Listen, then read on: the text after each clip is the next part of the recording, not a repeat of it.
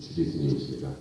수도인들께서는 목탁에 맞춰 법사 스님께 합장 인사 올리시겠습니다.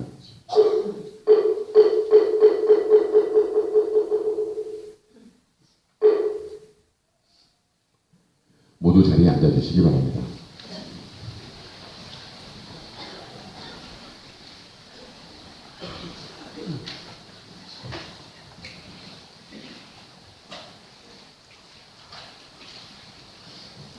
다음은 올바른 법문 청취를 위한 입정이 있겠습니다. 시작과 마침은 목탁으로 알려드리겠습니다.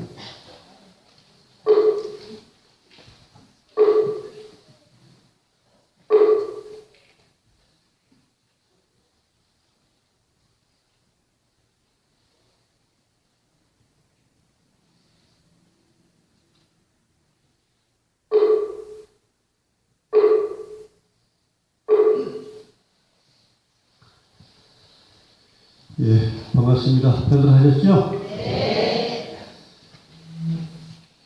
엊그저께 입춘이 지났는데 아직 좀 쌀쌀합니다. 그죠? 네. 봄이 오기가 조금 망설여지는 것이 아닌가 하는 생각을 하지만 어쨌든 간에 절기상 이제 입추가 지나면 모든 기운이 이제 봄 기운으로 접어들기 때문에 이제 봄이 우리 가까이 왔다는 사실을 우리가 확인할 수 있다고 봅니다.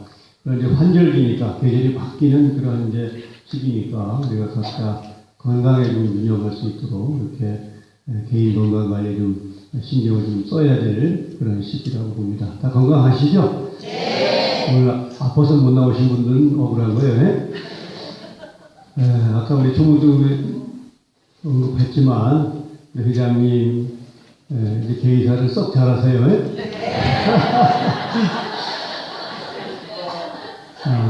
제가 회장님이 개의사를 못해서 나쁜 점은 한 번도 없고요.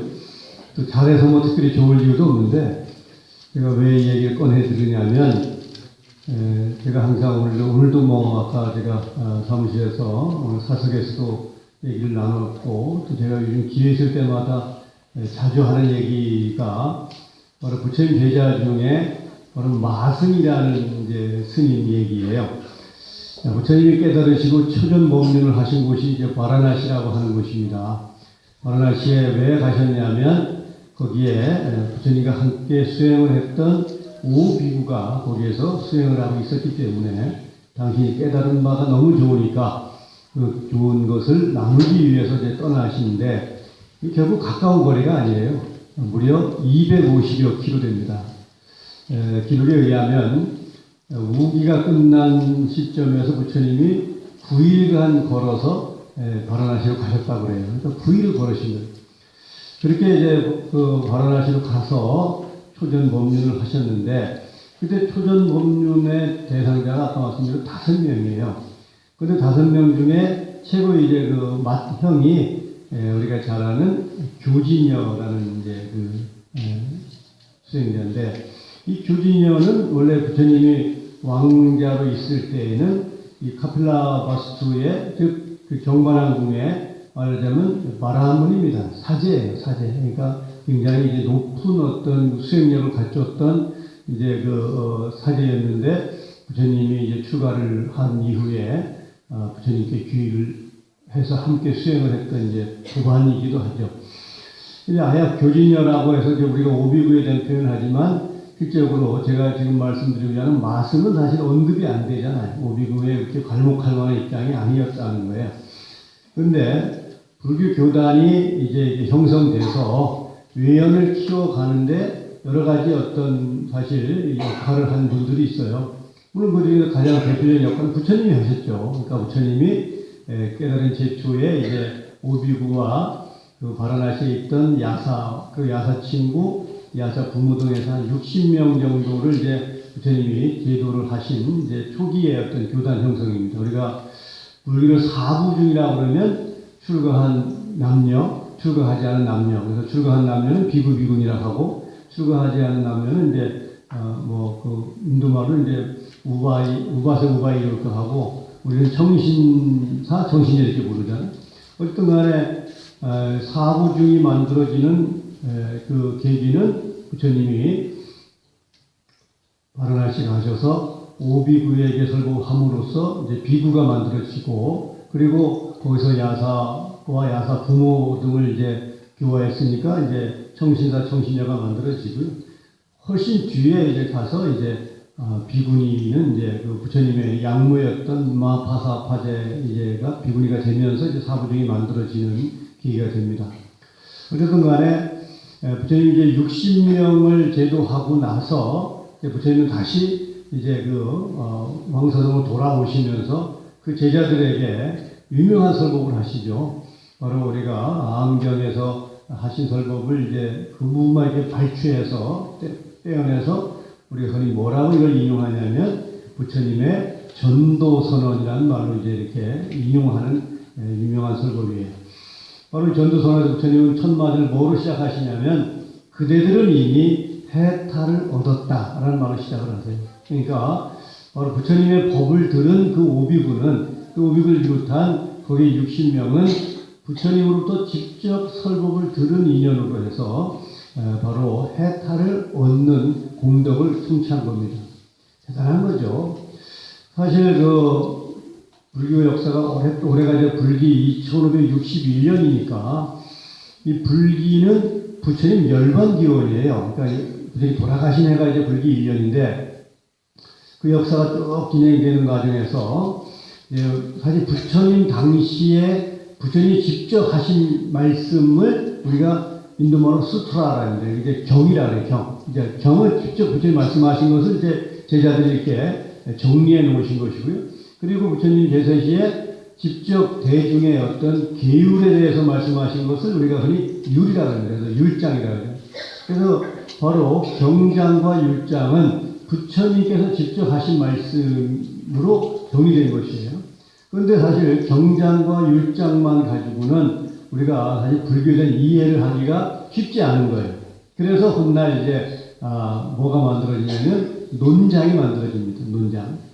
그런데 사실 논장을 통해서 우리는 부처님의 말씀과 그 계율에 대한 이해를 좀 하기가 용이해진 어떤 그 결과물이 바로 논장인데, 중국의 훗날 역사 쪽에서 마명이라는 스님이 이런 말씀을 하세요. 어느 논설 만들면서, 논설 쓰면서 무슨 말씀하셨냐면, 이미 부처님께서 설법해 놓으신 경과 율 중에 경장과 율장만 하더라도 차고 넘치는데 내가 오늘 여기에 또다시 한 권의 논설을 만드는 그러한 우를 범합니다. 라는 말로 이제 부처님께 아주 송구스러운 말씀으로 시작을 해요. 그러면서 뭐라고 말하고 있냐면 부처님 당시에는 설법하는 부처님이나 또 듣는 대중들이나 근기가 상근기라서 부처님이 말씀을 하시면 그대로 마치 스펀지가 물을 빨아들이듯이 그대로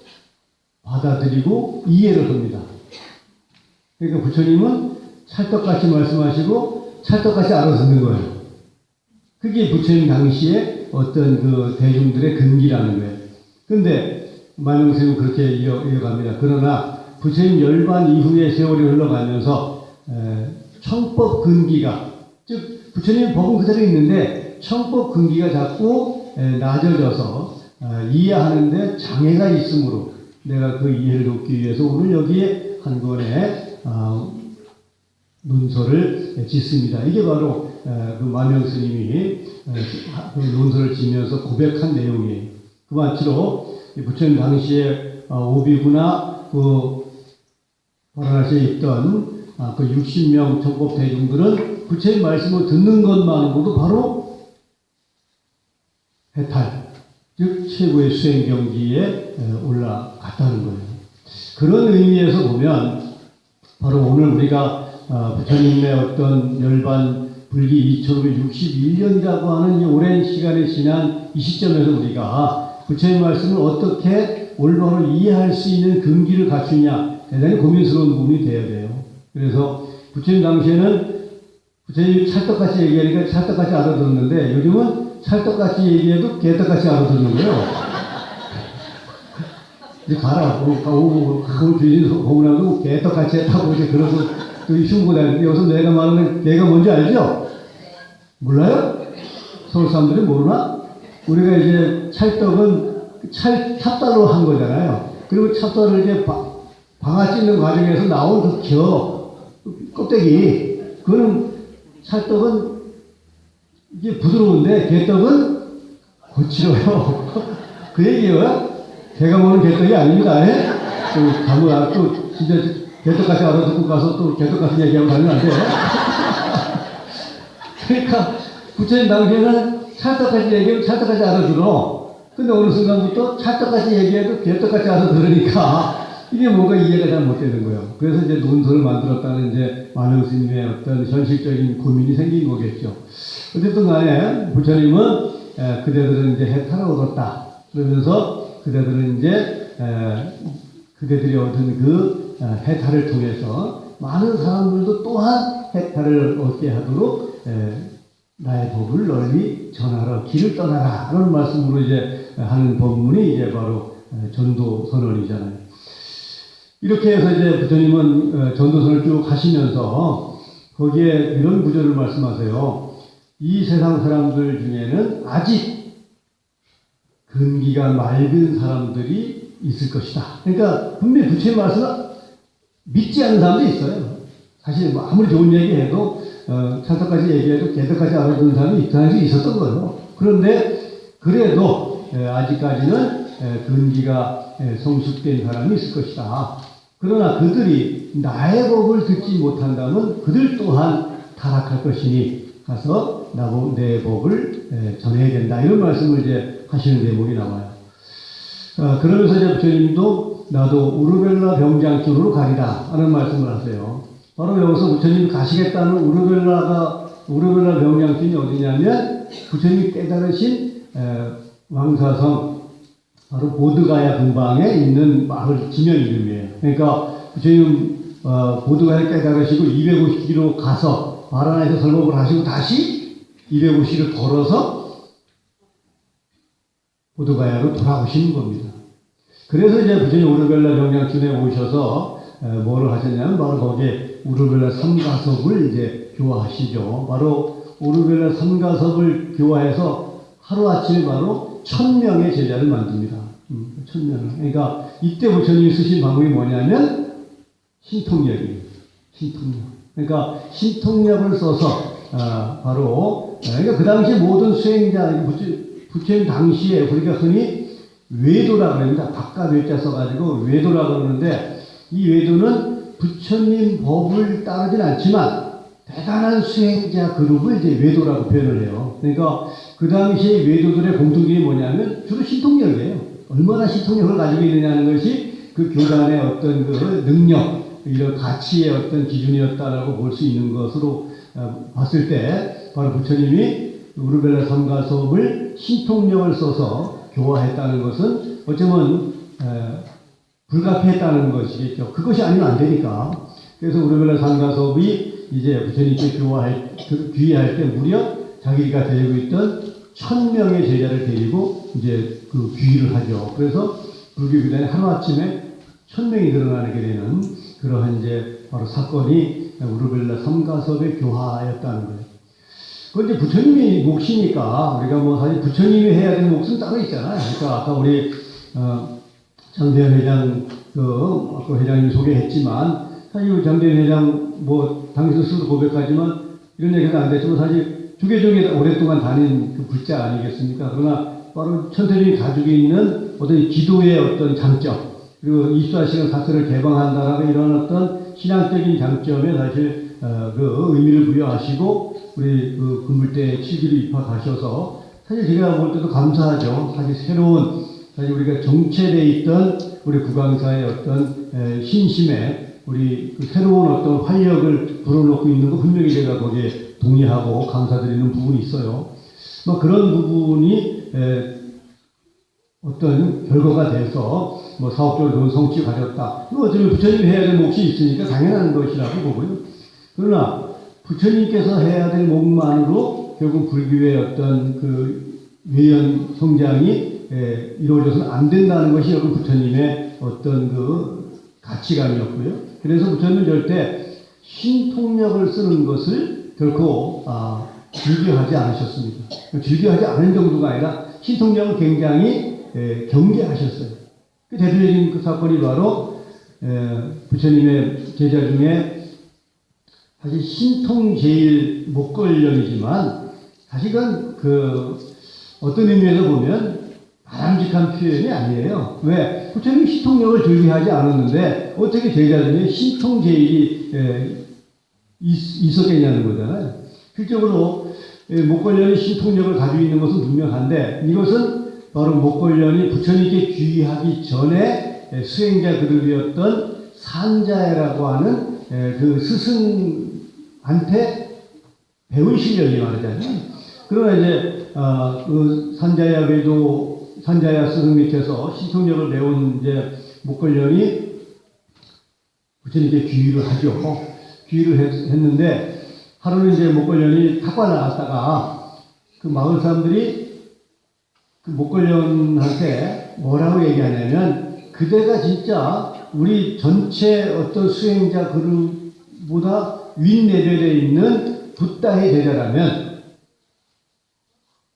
우리가 마을에 모여서 큰 장대 꼭대기에다가 당신의 바루를 올려놓을 테니까 저 바루를 손을 대지 않고 내려올 수 있다면 우리가 공양을 주겠다 이렇게 얘기를 해요. 그러니까 어떻게 장대 꼭대기에 있는 바루를 어떻게 내려옵니까? 그런데 목걸련이 그 말 듣고 열받았어요. 그래서 신통력으로 이렇게 공중부양을 해서 그 장대 꼭대기에 있는 바루를 점잖게 내려옵니다. 그러니까 마을 사람들이 진짜 부처님 진짜 그 대단하신 분이구나. 제자가 저 정도면 부처님은 어느 정도일까? 사실 이런 어떤 그 얘기, 그 생각 속에서 부처님에 대한 어떤 신뢰도가 아주 급격하게 그 증폭되는 사실 사건이 목걸련의 신통력을 보여준 거예요. 대단한 거잖아요. 사실 저도 종단의 역사를 보면 부처님도 가섭 삼형제를 사실 신통력으로 교화했다라고 하는 것을 우리가 방금 소개해 드렸지만 사실 구인사의 그 역사를 봐도 일맥상통하는 부분이 있어요.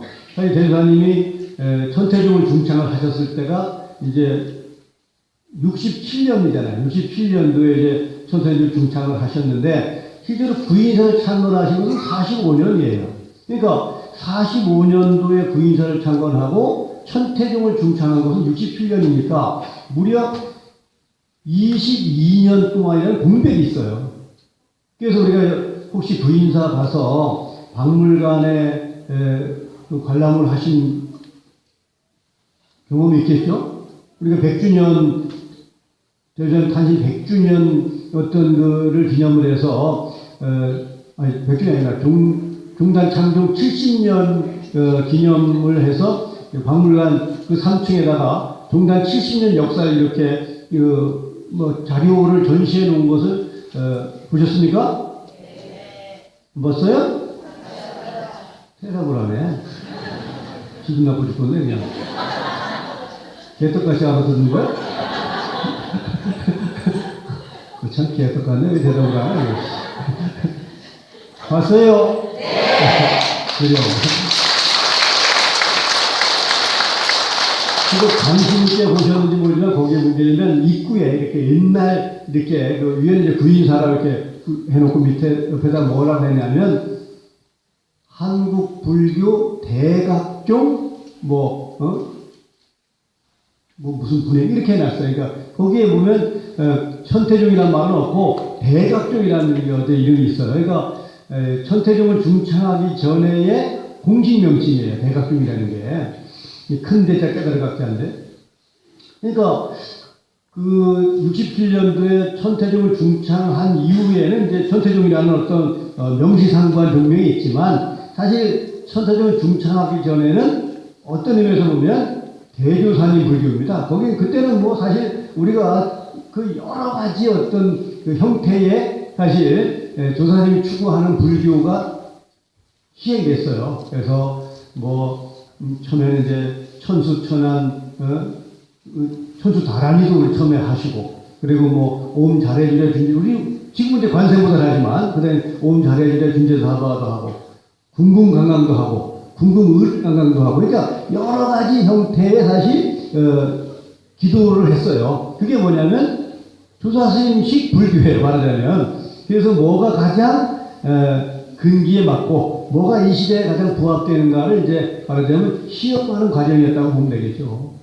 그래서 내린 결론이 이제 천태종을 중창하면서 이제 관음 정신으로 사실 우리가 해결을 시켰던 건데, 사실 조사스님께서 대수사님께서 천태종을 중창하시면서 하신 설법 내용이 이런 말이 나와요. 내가 이 땅에 불교가 없어서도 아니요, 이 땅에 사찰이 없어서도 아니다. 다만 이 땅에 존재하는 불교가 올바르지 못함으로 인해서 내가 올바른 불교를 이 땅에 심기 위해서 내가 천태종을 중창하게 되노라, 이런 말씀을 하신 거예요. 그러니까 바로 조사스님은 애초에 천태종을 중창하실 때의 의지가 뭐냐면 불교가 올바르지 못하다는 거예요. 올바로 가야 될 불교가 올바르지 못하기 때문에 그걸 또 고치려니까 뭐예요? 말을 안 듣는 거예요. 그러니까 예수님께서 새로운 어떤 불교를 위해서 천태종을 중창하노라는 말씀을 하시는 거잖아요. 그러니까 그렇게 해서 67년 중창하는 45년도에 창건하고 67년 중창하는 과정에 22년 동안에 대상이 보이신 어떤 행적은 상당히 사실 신통적인 부분이 있습니다. 그 중에 가장 대표적인 사건이 뭐예요? 그 당시에 영주, 지금은 이제 지금 저희 집이 뭔가요? 영주에? 그 당시 이제 복례사라는 이제 그 절이 영주에 있었는데, 이 복례사는 그 당시에 보천교라고 하는, 말하자면 도술 공부하는 본산이에요. 보천교. 거기에 이제 대선에 가셔서 이제 설법을 하십니다. 그래서 그 당시에 이제 영주에 계시던 그 당시에 이제 보천교에 이제 계시다가 조사님 설법을 들었던 이제 많은 사람들이 이제 조사님께 귀의를 하시게 되는 일대 사건이 이제 벌어지는데, 그래서 이제 종단에 귀의를 해서 종단의 종회의원도 하고 상당히 이제 뭐 지부감도 하고 그랬던 이제 송모 씨라는 이제 그 처사님이 계세요. 뭐 지금 돌아가셨지만 그분이 이제 저하고 한때 이렇게 사석에서 대화를 나누다가 이런 얘기를 저한테 하더라고요. 자기들이 이렇게 아직 공부를 하면 자기는 말석에 앉았다, 말석에. 그런데 자기는 말석에 앉았는데 자기들이 이렇게 마음 집중해서 자기가 말한 대로 이제 좀 도력을 쓸 요량으로 마음을 집중하면 최소한 맑은 하늘에 구름 정도는 모을 수 있는 정도의 능력이었다라고 스스로 얘기를 해요. 뭐 믿거나 말거나 그냥 안 봤으니까 알 수 없지만 그러면서 자기는 말석에 앉았는데 그 정도면 저 상석에 앉은 사람들은 말해 뭐겠냐는 얘기예요. 그런데 그런 분들이 대선 설법을 듣고는 그야말로 뿌리를 내렸다는 겁니다. 이게 별거 아니구나. 그리고 나서 이제 선생님께 귀의했던 어떤 계기가 됐다는 거죠.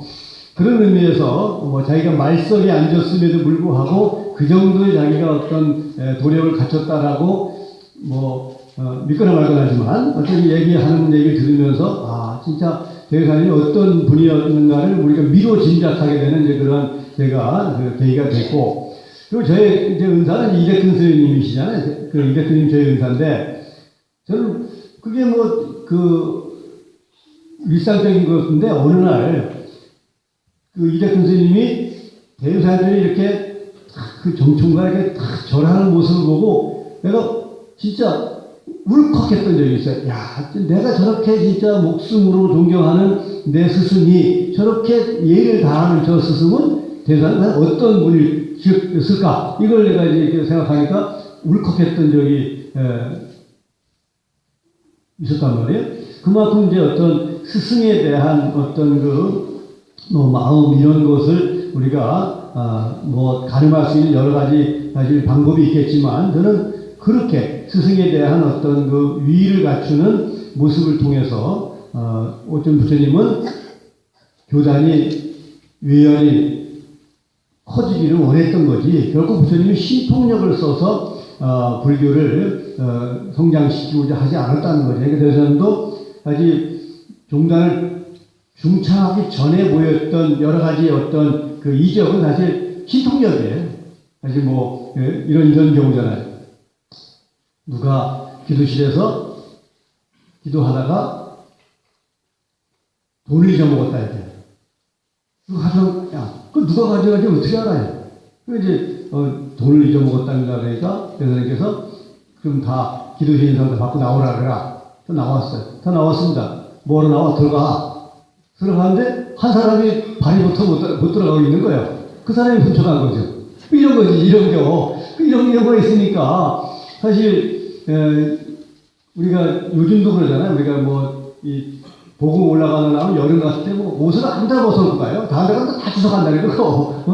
요즘 뭐 기도실에서 뭐 심시지 않게 특히 정초 같은 경우는 뭐 절도 사건이 나고 그래서 결국 이제 기도실에다가 이제 CCTV를 결국 이제 설치해야 되는 이런 상황에 우리가 지금 처해 있지만 그 당시에는 대사님 보이신 어떤 그런 신통력 때문에 사실 두려움에 사실 그렇게 하기가 어려웠던 상황? 어떤 현실이었다라고 보면 일정 부분 어떤 신통적인 부분이 있었다는 거예요. 그러나 이제 중창하고 나서는 사실 관기도라고 하는 올바른 노력에 의해서 이루어질 수 있다라고 하는 어떤 그 가치를 존중하신 거죠. 마찬가지로 부처님도 이렇게 신통력으로 외연을 키웠지만 결국은 그것이 올바르지 않다 그래서 사실 그 목걸이 논자가 그 마을에 내려가서 그 신통력으로 마을 사람들한테 신통력을 보여서 아 진짜 부처님은 보통이 아니겠구나 이렇게 생각을 하고 사실 공양을 올렸지만 그래도 돌아와서 목걸이 논자가 부처님한테 뒤지게 혼났다니까요. 그 신통력을 썼다고. 그래서 부처님 좀 말씀하셨는데 너는 신통력을 쓰지 않는 조건으로 내 교단에 머물러라 이렇게 사실 말씀하신 얘기도 있고 그래서 그런지 실적으로 목걸이 논자가 돌아가시는 그 사건 이건 뭐냐면 결국은 외도들에 의한 타살이에요. 이거 어떻게 신통력을 갖춘 이 목걸이 논자가 왜 외도에 의해서 타살을 당했겠는가? 이것은 바로 부처님이 결코 신통력을 써서 그 신통력으로 불법을 펴고자 하지 않았다는 것에 대한 방증입니다. 사실 이렇게 보게 되면. 사실 그렇잖아요. 우리가 법화경 신의 품이죠. 비유품인가? 비유품이지. 비유품이 나오는 바대로 거기에 그 화택 삼거의 비유에서도 불난집에 있는 아들을 아버지가 구해 나오는 이제 그 대목이 나옵니다. 그래서 거기에 보면 이제 집에 불이 났는데 아들이 집안에 있는 거예요. 나오라고 해도 안 나오는 거예요. 그래서 그 장자가 이렇게 생각을 하잖아요. 내 몸에 힘이 있으니 들어가서 내 아들들을 책 귀에나 상자에다가 담아서 안고 나와야 되겠다 생각을 해요. 이게 뭐냐? 이 신통력이에요. 그러니까 아버지가 가지고 있는 힘을 물리적으로 쓰는 거죠. 그러다가 문득이 생각하죠. 아니다. 애들은 많고 문은 좁은데 내가 급하게 아이들을 책괴나 상자에다가 담아가지고 안고 나오다가 자칫 떨어뜨리면 그 아이는 생명이 위험할진데 그래야 되니 곤란하겠다 이렇게 생각을 하잖아요. 그래서 결국은 뛰어들어가서 아버지의 힘으로 아들들을 안고 나오는 일을 포기하고 그 다음에 뭐예요? 방편으로 너희들이 원하는 양거, 녹거, 우거를 주겠다라고 해서 아들을 스스로 나오게 만드는 그래서 열애도 유실력이 있지만 결코 방편으로 구제하는 이런 말씀을 부처님 직접 하시잖아요. 그러니까 결국은 그런 의미에서 보면 부처님이 원했던 것은 신통력이 아니라 뭐예요? 진실한 어떤 부처님의 법의 어떤 실체라는 거죠. 그래서 제가 아까 마승 얘기하다 말았지만 그 막내 중에 오비구리의 막내가 마승이라는 스님이란 말이에요. 근데 그 마승이라는 스님이 이제 바로 불교의 외연을 키우는데 결정적인 역할을 하는 것이 바로 사리불과의 만남이죠. 그러니까 사리불이 마승이 탁발하는 모습을 보고 크게 감동을 받죠. 그래서 마승의 어떤 그 탁발할 때 그 집주인이 마승에게 몹시 막 화를 내고 욕을 하고 막 물격 말이죠. 막 그럴 정도인데 마승은 전혀 개의치 않고 그 집주인에게 아주 공손하게 공덕을 찬탄하는 이런 모습을 보고 이제 사리불이 크게 감동을 받아서 마승에게 가서 묻죠. 그대는 도대체 어느 수행자 그룹에 속했으며 스승은 누구이시며 당신 누굽니까? 라고 묻죠. 그러자 나는 마승이라는 스님이고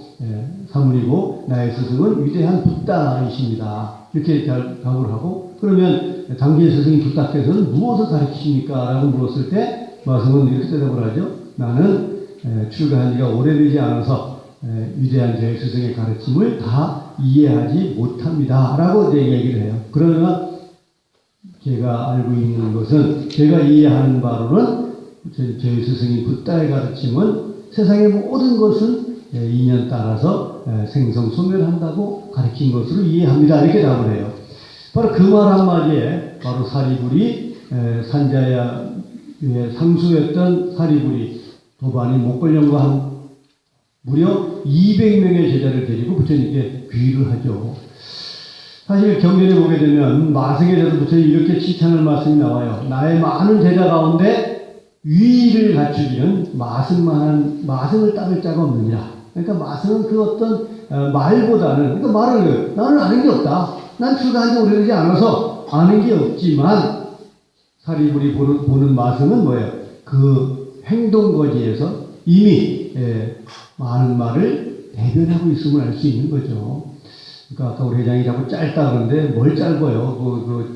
짧지 않은데 자꾸 겸손해 짧다고 하지만 어쨌든 간에 많은 말보다는 어쩌면 그 유의와 어떤 그 행을 통해서 우리에게 보여준 부분에 대한 어떤 그 결과를 우리가 존중할 필요성이 있다는 의미를 제가 설명드리고 너무 장구하게 말을 많이 하게 됐지만 어쨌든 간에 우리가 백문이 불여일이라는 말을 합니다. 100번 듣는 것보다 한 번 듣는 게 더 빠르다는 얘기 아니겠어요? 그리고 가장 그게 마음에 와닿는다는 의미로 받아들이는 것이 바로 백문이 불여일견이라는 말을 합니다. 우리가 많은 사람에게 법을 전해야 될 책임은 누구에게나 있는 거예요. 오늘 여기 분당 대광사 명상상담대학에 우리 그 학생 모집을 건선하기 위해서 우리 분당 대광사 명상대학 우리 수강생들이 오늘 이 자리에 오셨는데 잠시 일어나 보실까요? 자, 이 세 분에게 네 분이고요. 큰 박수 한번.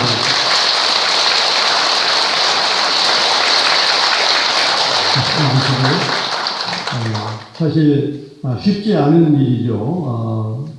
내가 몸담고 있는 대학에 후임 학생들을 모집하기 위해서 이곳까지 온다는 거 사실 쉽지 않은 일이잖아요. 네?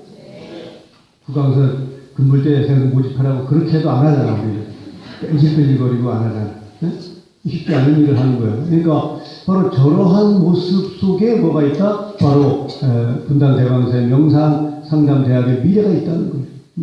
결국 우리가 모든 것이 마찬가지입니다. 아까 우리 그 금명이 일대 장보회장 얘기를 하면서도 회장도 말씀하셨고 전문도 말씀하셨지만 사실 우리가 어린이 법회의 필요성 이건 당연한 거잖아요.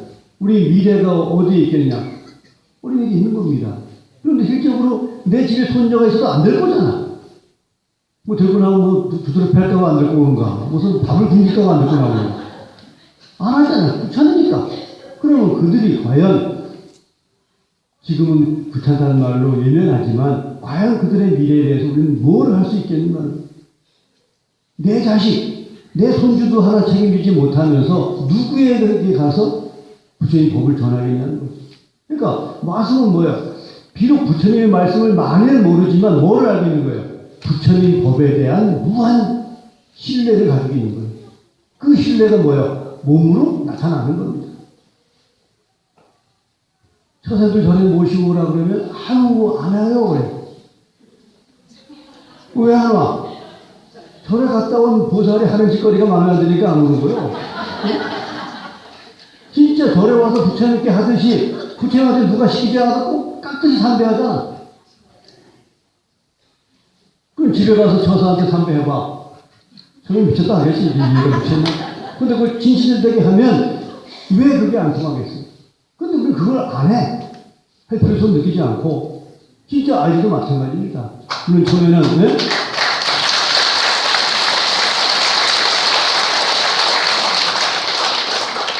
그러니까 처음에는 부처님한테 와가지고 가령 불전하면 만원 늙고 있으면 만원 그거 부처님 주지 말고 손주한테 주세요. 너 절에 오면 만원 줄게. 응? 저는 그게 더 현실적이라고 봐요. 부처님도 돈 갖고 오라고 돈 아시는 분이 아니니까 부처님은. 그러나 우리가 아이들의 미래는 결코 동단의 미래와 사탄의 미래와 빗결되어 있으니까 그건 좀 매우 필요한 어떤 역할이라고 보고 어린이 목표 오늘 불교 학교 하는데 30명 왔습니다. 그리고 우리가 가정에 있는 전체 우리 어떤 어린이 법회 대상자의 어떤 숫자를 헤아려 본다면 모름지기 30명은 더 될 것이 분명하다는 거잖아요. 그럼에도 불구하고 우리가 이 점에 대해서 소홀히 하고 지나치는 게 있다. 이 부분은 결코 우리가 지금은 뭐 문제될 게 없죠. 지금이야. 그러나 제가 언제가 얘기했잖아요. 진짜 오랫동안 여름, 겨울이면 겨울 와서 안거를 하던 대구의 뭐 어떤 노부사님이 돌아가셨어요. 그러니까 오죽 그 부사님이 열심히 하고 얼마나 귀감이 됐으면 제가 그 당시 원주 주지할 때인데 대구까지 문상을 갔다니까요. 우리 도반 스님들하고. 그러니까 그 집에 형제가 3형제예요. 근데 그 집은 재밌어. 큰아들은 어머니를 따라서 나중에 어머니 모시고 이렇게 부인사 온다면 부인사까지 태워다 주러 따라오는 정도예요. 근데 둘째 아들은 열심히 교회를 다니는 장로야. 그것도 셋째 아들은 또 열심히 성당 다니는 신도야. 또. 그게 자기들 나름대로 뭐 민주적이라고 보았다면 민주적이겠죠. 근데 문제는 뭐예요? 어머니의 장례 절차를 놓고 삼형제가 피 터지게 싸우더라니까. 그 많은 분산력이 있는데 그나들은 어머니 뜻대로 하자니까 우리가 갔다가 시달리고 하는데 한 2시간 동안 실내행해가지고 겨우 30분 시달리겠다니까요. 못하게 하네. 그 둘째 아들이. 그러니까 그나들이 하자니까 어휴 우리 목사님 뭐 하라고 이렇게 나오는 거예요. 그래서 셋째가 우리 신부님 뭐 하라고 나오는 거예요. 결국은 나는 그 삼형제가 어머니 돌아가시고 나서 절대 다 형제간에 우애하게 살 수 있을 거라는 희망이 안 보입니다. 재산, 뭐 모든 때문에 끝없이 갈등을 했으며 보니까 그 어머니는 나는 부처님 바로 믿었다고 믿고 싶은 생각이 없더라. 괜히 왔다 싶더라니까. 괜히 왔다 그것까지. 그러면 내가 그렇게 생각할 때 이 세상의 모든 문이 그렇게 생각했을 거 아니겠어요? 맞지 않다는 거예요. 그게 살아있으면 별 문제되지 않아요. 그래 너도 좋고 나도 좋으니까. 그런데 결국 그게 어머니가 무관심하게 지나친 것 때문에 형제들이 끝없이 그것 때문에 반목한 정도에 싸우더라니까. 원성 높여 가면서 니 따로 하려고 말이지 뭐 어때라는 둥 말이지 이러면서 그래서 결국 그로 인해서 결국은 정비라는 이유 때문에 형제 간에 반목을 하고 갈등을 해서 결국은 그 후일에 어떻게 됐을까는 안 봐도 애들 말 비디오 아니에 아무도 뻔한 얘기죠. 그래서 우리가 결국은 내가 스스로 신뢰하지 않으면 믿음이 옅은 거고요. 내가 스스로 신뢰하면 공유할 수 있어야 됩니다. 바로 그거의 대표적인 인물이 누구요? 부처님의 설법제일이었던 부르나 존자입니다. 부르나가 소야국으로 전법을 나가겠다고 부처님께 찾아와서 작별 인사를 구하러 부처님께 왔을 때 부처님 만류합니다. 그대는 소야국에 가봤자 그들이 너의 말을 믿지 않을 것이고 너는 몹시 그들에 의해서 봉변을 당할 것이 분명한데 뭐 따로 가려고 하느냐. 그러자 부르나는 그들이 비록 저를 욕하고 봉변을 줄지라도 저를 몽중을 때리지 않고 돌팔매지 않는 것만도 고마운 마음에 전하겠습니다. 부처님 또 만류하죠. 그들이 너를 때릴지도 모른다. 그래서 부르나는 그들이 때릴지라도 너를 죽이지 않는 것만도 감사하는 저는 떠나겠습니다. 그래서 부처님께서 제일적으로 뭐라 해요? 그들은 너를 죽이고 죽일지도 모른다. 그러니 가지 않는 게 좋겠다. 그럼 우리가 보통 사람이라면 거기서 슬그머니 꼬리 내리니까 어휴 큰일 날 뻔했네 이러고 내가 그런데 거기서 브루나만이 가지고 있는 바로 브루나가 부처님 법을 가장 많이 전할 수 있었던 설법 제일이 될 수 있었던 분명한 이유가 거기 나옵니다. 저는 그래도 가겠습니다. 그들이 비록 제가 그들에 의해서 죽임을 당할지라도 제가 얻은 가장 큰 행복인 부처님 법을 전하고자 하다가 맞이하는 죽음이기 때문에 저는 그것 또한 행복입니다. 이게 바로 브루나의 가치. 우리가 내가 스스로 귀한 부처님 법에 대해서 가치를 존중하지 않으면 누구도 거기에 대해서 동의하지 않습니다. 이것이 바로 세상을 살아가는 비단 교육뿐만 아니라 세상을 살아가는 진리이자 법이라는 거예요. 그래서 우리가 전법이라고 하는 것이 멀리 생면부재 사람에게 가서 해야 될 책임이 물론 있겠죠. 그러나 그걸 떠나서 우선 우리 가족 또 내 주위 내가 아는 지인들로부터 우리는 전법의 어떤 책임이 있다는 거예요. 그런데 그것이 번드름한 말로 가지고 될 수 있는 게 아니에요.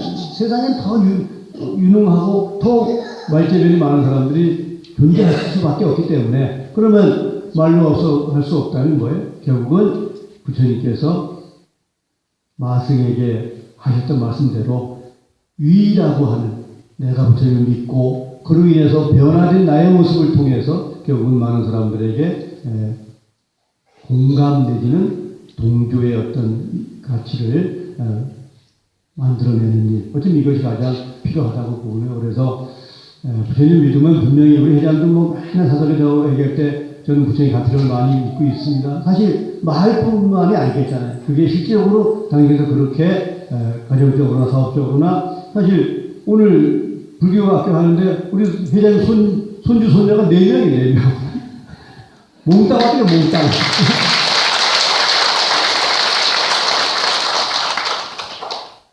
더 있으면 더 될 것 같을 텐데, 네 명이 없으니까 못 듣고 어?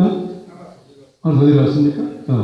그러니까 결국은 그게, 말씀으로 끝나고, 나는 부처님 법을 줬으니까 말로 끝날 것 같은 말로써 어떤 말장치로 끝나는 거지만, 어떤 그러한 실체적인 어떤 행동, 결과를 우리가 이렇게 보여주기 때문에 결국 저는 말보다 사실 안드럼한 말 30분 하는 것보다는 훨씬 더 저에게는 의미 있는 어떤 그런 개의사의 어떤 가치였다 이렇게 생각을 하고요. 아무튼 우리가 올 한 해가 작년 이게 이제 인구별 종교 인구를 이제 이렇게 5년 단위로 이렇게 조사를 해요.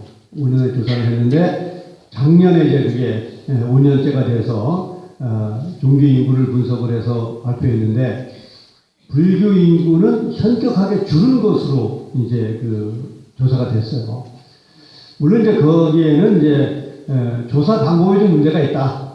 주로 이제 이게 전화가 아니라 인터넷 조사를 했어요. 그러니까 사실 우리가 불교의 어떤 연령층이 연세가 많으신 분들이니까 인터넷을 할 줄 모르잖아요. 그러니까 거기에 이게 응답률이 좀 불교의 성향 내지 불교인들이 좀 응답이 낮았다라고 하는 어떤 자체 분석을 해서 여기 위안을 삼으려고 하지만 어쨌든 간에 불교 인구가 늘지 않는 것은 분명해요. 좀 미세하게나마 줄어들고 있는 현상은 이건 부정할 수 없는 현실입니다.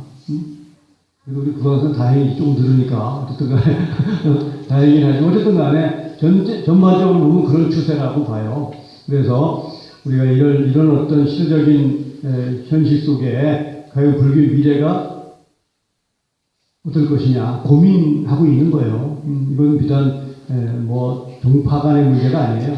우리에게도 현실적인 문제일 수밖에 없으니까 올 한 해 우리는 전법이라고 하는 제가 뭐 지난달에도 얘기했지만 전법이라고 하는 어떤 큰 우리에게 주어진 책임을 우리가 다하자.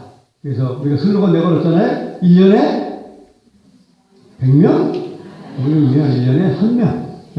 최소 1년에 1명은 책임지고, 아시겠어요? 네. 책임 안 졌어요?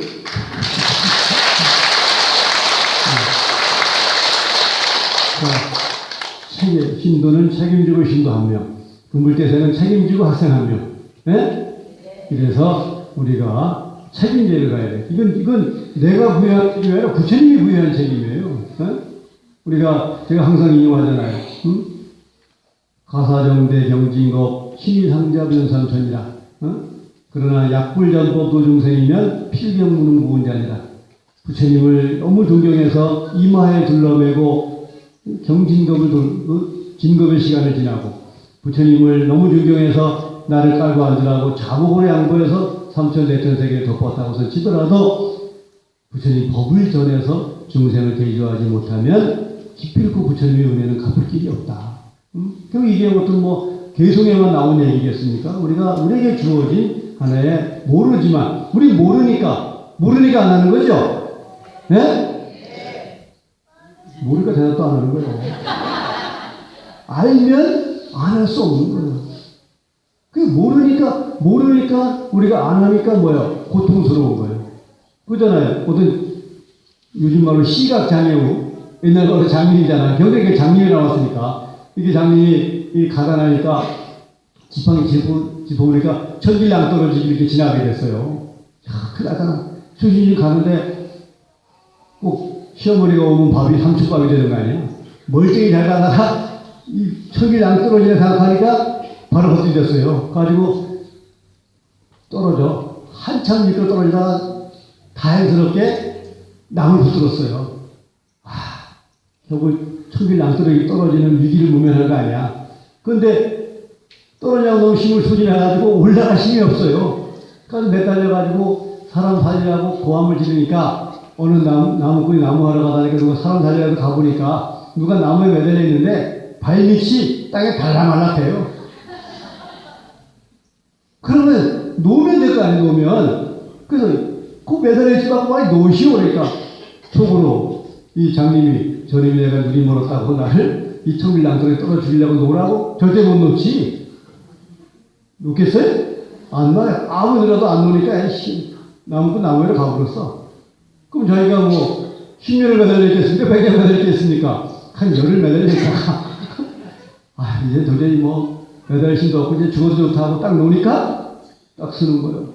징징 놓을걸. 괜히 모르는 이유 하나 때문에 매달려 있다가 열흘 동안 매달리고 시끄럽다니까. 모르는 건 그렇게 고통스러운 거예요. 모르니까. 이해가 되죠? 네. 우리가 모르니까 그저 내 소원 이루는 데만 우리가 너무 열중하고 남을 쳐다보는데 외면하고 살지만 바로 알고 보면 그보다 더 중요한 게 뭐예요? 부처님 법을 전하는 일이라는 거예요. 그래야 부처님 은혜를 갚을 수 있고 은혜 갚음에 의해서 우리가 그 미래에 공덕이 된다는 얘기겠죠. 올해는 우리가 전법이라고 하는 어떤 그 시대의 사명에 부처님께서 우리에게 부여하신 소명을 책임을 다할 수 있는 그런 한 해가 될 수 있도록 우리가 전법에 매진하고 우리가 그런 의미에서 명상대학에서 분당대학원 명상대학에서 이렇게 전법의 소명을 가지고 오늘 우리 법에 함께한 우리 법인들의 어떤 신심에 깊은 감동과 감사를 드려야 될 것을 봅니다. 아무튼 오늘은 이제 우리가 할 일이 많아요. 정신 운영하고 또 우리 재능 기부하시는 우리 부가하시는 분들의 어떤 재능 기부 우리가 공연 같이 관람하고 그리고 이제 또 윷놀이 해야되죠. 윷놀이는 뭐야? 모든 윷을 던지는 의미는 뭐야? 그 역사적으로 그렇다더군요. 던지는 의미는 한 해 동안 모든 애군을 멀리 던져버린다는 의미를 담고 있다고 그래요. 그러니까 그런 의미를 담아서 우리가 절에 다니면 행복해야 되잖아요. 그죠? 절에 가면서 나 지질이 공사이면 누가 오겠어. 그러니까 절에 오면 어떤 이유든 간에 부처님 댁이 됐던 내가 모아줬던 어쨌든 간에 행복해야 돼. 그죠? 네. 행복하려면 뭐야? 우리 앞에 있는 모든 애군을 그래도 비켜가야 될 거 아니겠어요? 그런 의미에서 우리가 윷을 던지면서 애군을 떨쳐버리고자 했던 것이 유세 어떤 윷놀이의 기원이라 합니다. 그러니까 그런 의미를 담고 우리가 윷놀이 오늘 공양하고 할 거고요. 그리고 저녁에 이제 또 뭐 삼재 그리고 차량 이제 불공도 저녁에 또 이루어지니까 이렇게 함께 하시고요. 그리고 이번 달 정기법회 넷째 주 정기법회는 그날이 2월 초하루예요. 2월 초하루인데 일찍이 조단에 계실 때 구인사 그 산문을 2월 정월 초하루하고 9월 초하루에는 우리가 오전에 산문을 폐쇄했던 전통이 있습니다. 여러 가지 이유가 있는데 뭐 이유가 다 알 수 없으나 어쨌든 간에 이건 대사님께서 잘 몰라서 그렇지 세상의 이치를 놓고 보면 지켜야 될 게 있다. 이걸 잘 지키면 올바른 법이 운영되는 거고 지키지 않으면 그만큼의 어떤 우리가 화가 미칠 수 있다. 항상 그런 어떤 기준에 의해서 하신 말씀에 의해서 구인사도 오전이 정월 초하루하고 2월 초하루는 산문을 폐쇄합니다. 그러니까 우리가 다음 달 이번 달 정기법회가 2월 초하루니까 불가피하게 오전 산문을 폐쇄하니까 오후에 법을 봅니다. 몇 시에 볼까? 1시에 볼까? 1시? 2시? 그렇지. 근무제 8시도 해야 되는데 1시에 봅시다. 1시에. 점심을 일찍 해먹고 1시까지 와요. 또 떼지를 또 2시까지 오지 말고. 응? 자, 알아들었어요? 찰떡까지 알아들어요. 또 대떡까지 알아들어 공평되지 말고. 아시겠죠?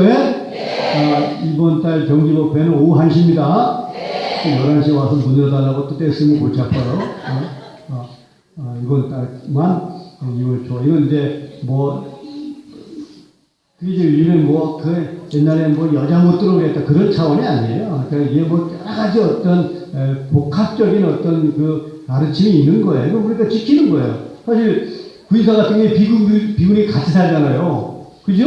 그런데도 그게 지켜지는 이유가 뭐예요? 공부해보니까 지키지 않으면 안 되는 거예요. 그러니까 무식하고 용감하다고 꼭 공부 안 할 것들이 떼었어. 그러니까 이제 그 개떡같이 알아들은 거지. 그러니까 찰떡같이 알아들으면 이의가 없는 거예요. 다 지키잖아, 진짜. 그렇기 때문에 다른 이유 달지 말고 2월 초하루, 정월 초하루는 오전에 선문을 출입하지 않는다. 그겁니다. 쉽게 말하자면 그렇게 이해를 하시고 정기법회 1시에도 늦출 거니까요. 일찍 공양하시고 그러니까 그날 점심 공양 안 줍니다. 또 1시에 와서 맞바라는 거 같이 아프지 또 그날은 집에서 드시고 오셔요.